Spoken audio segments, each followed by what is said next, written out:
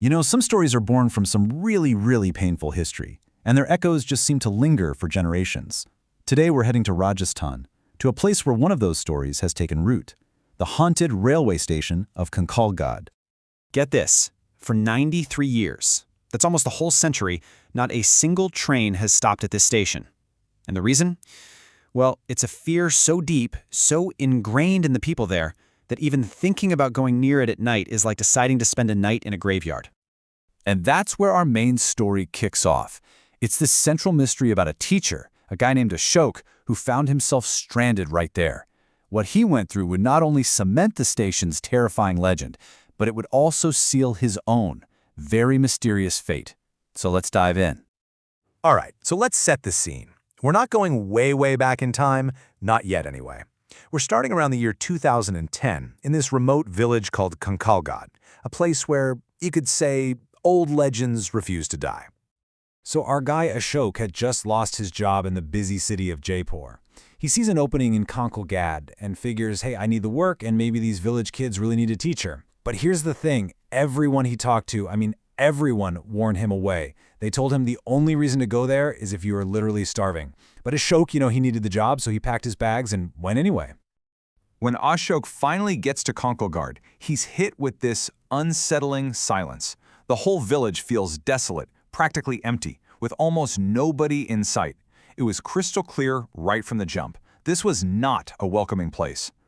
And then things start to go from weird to worse, really fast. First, he gets to the hostel where he's supposed to stay, but nope, it's closed for maintenance. Okay, fine. He figures he'll just crash at the school, but when he gets there, the gates are padlocked. Super frustrated, he decides to just go home, but as he gets to his bike, someone has punctured the tire. Suddenly, it feels like he's trapped. Every door is shut. So, as it's getting dark, an old man finally comes up to him. He offers Ashok a place to stay, but with this really bizarre condition. He warns him, never, ever speak about the train or the station, especially because today is the 12th of the month. He tells Ashok he can come inside his home for the night, but he absolutely cannot leave until the morning of the 14th. Ashok is understandably pretty creeped out by this whole offer. He politely says no thanks and decides to take his chances and just spend the night right where his briefcase is, at the small, empty Kankalgad railway station. He had no idea what a terrible decision that was going to turn out to be. Exhausted, Ashok falls asleep on a bench, and then he's jolted awake by a sound everyone had told him was impossible here, the whistle of an approaching train. For just a second, he must have felt this incredible surge of hope. Maybe this was it, his ticket out of this incredibly weird village. But then he turns to look, and that hope just turns into absolute horror, because thundering down the tracks wasn't a normal train. It was a phantom engine, completely swallowed by fire. He had literally stumbled into a waking nightmare. He just bolts from the station, running through the streets, pounding on every single door he can find, screaming for someone to help him. But nobody answers. Not one door opens, because they all knew. They knew what was outside, and they knew what happens to anyone who faces it. As the burning train disappears into the night, another sound, or really a lack of sound, grabs his attention. A second train had just pulled into the station, but this one was completely different. It was dark, it was completely silent, and just eerily still.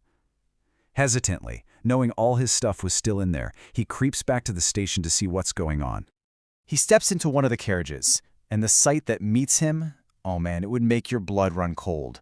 The train was filled, seat by seat, with skeletons. As he stumbles backward in total shock, he feels this chilling presence right behind him. He can hear the rustling of other footsteps. The terror was just too much, and he passed out right there on the platform. Okay, so let's fast forward. It's the morning of the 14th. The spell, whatever it was, is broken. The villagers start coming out of their homes, and life kind of goes back to normal. The school principal, who was expecting the new teacher, starts looking around for Ashok. So how did they figure out what might have happened? A few clues started to surface. Some villagers admitted they'd heard frantic knocking during the night. A few others remembered seeing a shadowy figure wandering near a notoriously haunted house at the edge of town. His briefcase? Found right at the station. But the last grim clue was a pair of his shoes, just left outside that abandoned house, almost like he'd been pulled right out of them. So the big question is, why? Why does any of this happen? To really understand the ghost train and the villagers' terror, we have to go back, way back, into a forgotten piece of history that gave birth to this whole curse. Okay, so it's February 1931. After the death of the revolutionary Chandrasekhar Azad, tensions with the British were at an all-time high, and in a horrific act of retaliation, British forces allegedly set a passenger train, a train full of locals, on fire. That burning train made its last tragic stop right there, at Konkalgad Station. An estimated 1,300 people died in that fire. I mean, just let that number sink in. 1,300 souls, all lost in a single fiery event at this one tiny remote station. The scale of it is it's almost impossible to imagine. And that, right there, is the origin of the curse. The story goes that every single month, on the night of the 13th, that ghost train returns, and it's carrying the souls of those 1,300 victims. This is why the villagers lock themselves away. It's not just some superstition. It's the memory of a massive historical trauma that they believe replays itself over and over again. Which leaves us with one final haunting question. Ashok was never seen again. He just vanished. So did he somehow manage to escape, forever changed by the horror he witnessed? Or did the innocent teacher who just needed a job become another ghost tied to that station, absorbed into its fiery, tragic history for good?